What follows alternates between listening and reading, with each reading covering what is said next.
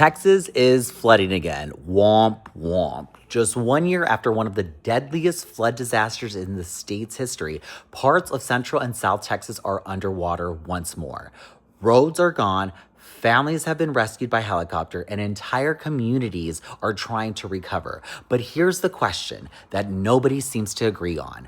Was this simply an unavoidable natural disaster, or could more have been done to protect Texans?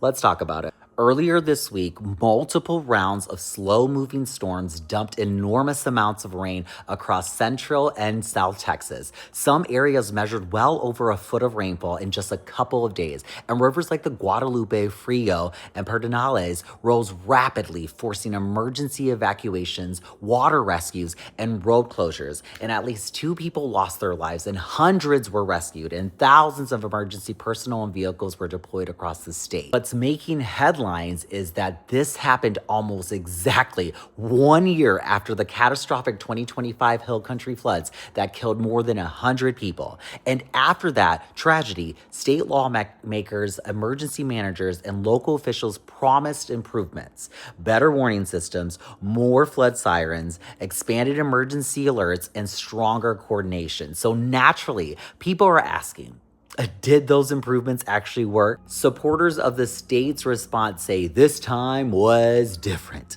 Governor Greg Abbott activated emergency resources before the heaviest rainfall arrived. The state declared disasters across dozens of counties. Emergency operations remained active around the clock, and thousands of first responders, helicopters, rescue boats, and specialized equipment were deployed.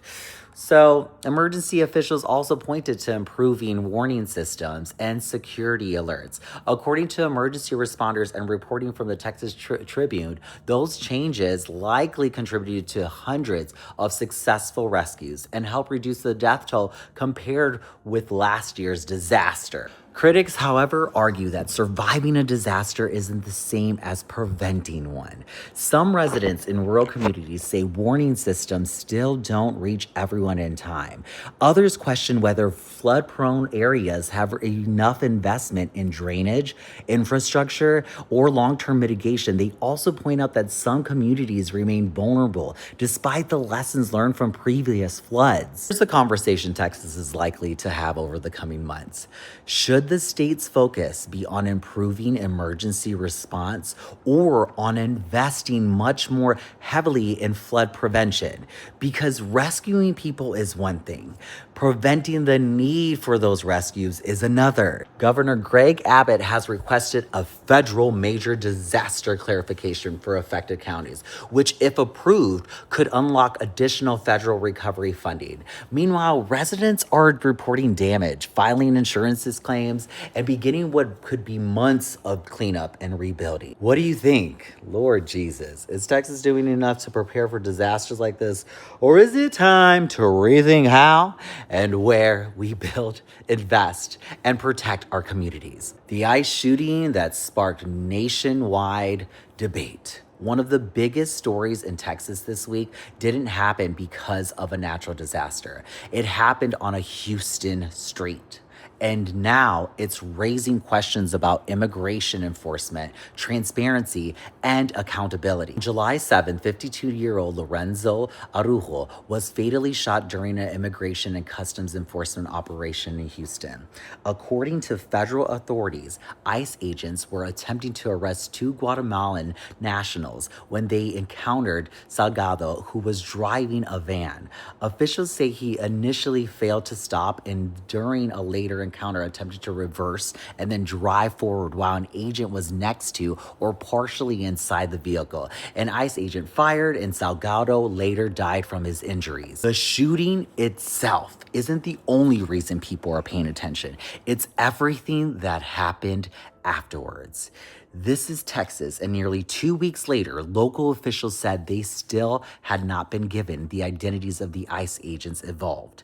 Harris County District Attorney Sean Tier announced his office would conduct an independent criminal investigation, saying it could take months or even years to complete because of limited cooperation from federal authorities. Supporters argue that immigration officers face dangerous situations every day and have only seconds to make life or death decisions.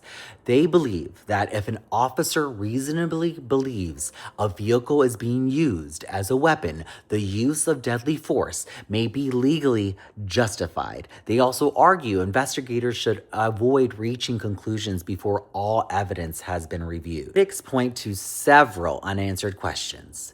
They note that Salgado was reportedly not the intended target of the operation, that witnesses in the van have challenged part of ICE's public account, and that there is currently no public released body camera footage documenting the encounter. They argue those unanswered questions, which make an independent investigation essential. This case has become larger than one incident. It has ignited a broader debate over how immigration enforcement should be conducted, what level of transparency the public should expect after an officer-involved shooting, and how federal and local authorities should work together during investigations. Regardless of where someone stands on the immigration policy, most people would agree on one thing. When someone dies during a law enforcement operation, the public deserves a thorough investigation, clear facts, and accountability wherever the evidence leads. So right now, investigators are still trying to answer those questions. So what do you think? Should local prosecutors have greater authority to investigate federal law enforcement actions inside Texas? Or should these investigations remain primarily in the hands of federal agencies? What if I told you that one of the biggest technological revolutions in history isn't happening in Silicon Valley? It's happening right here in good old Texas. And depending on who you ask, it's either creating the future or creating our next crisis. Texas is experiencing one of the largest AI infrastructure booms in the country. Hundreds of data centers are planned or already under construction, with companies choosing Texas because of its business-friendly environment, land, and energy resources. Some estimates suggest that Texas now accounts for roughly a third of all AI data centers currently being tracked nationwide. Artificial intelligence requires enormous computing power. Every AI image you generate, every chatbot conversation, every large language model, all of it runs inside massive data centers filled with servers operating 24 hours a day. Texas offers companies what they need most: land, energy, and room to grow. Supporters believe this could become one of the biggest economic opportunities Texas has ever seen.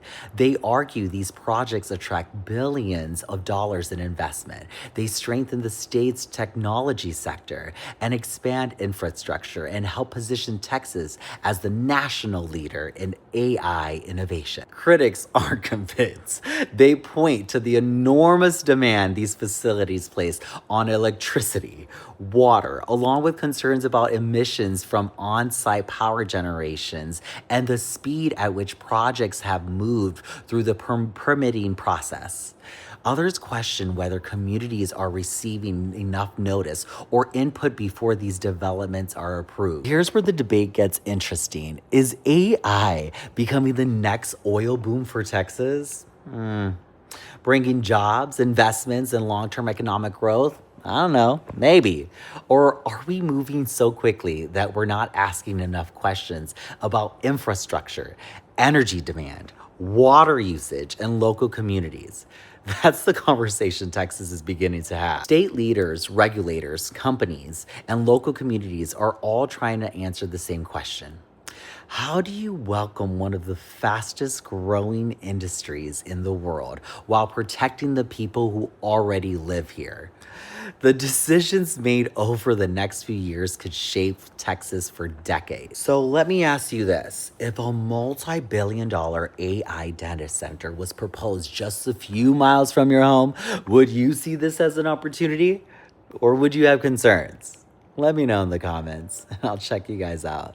This is me, and it's my voice.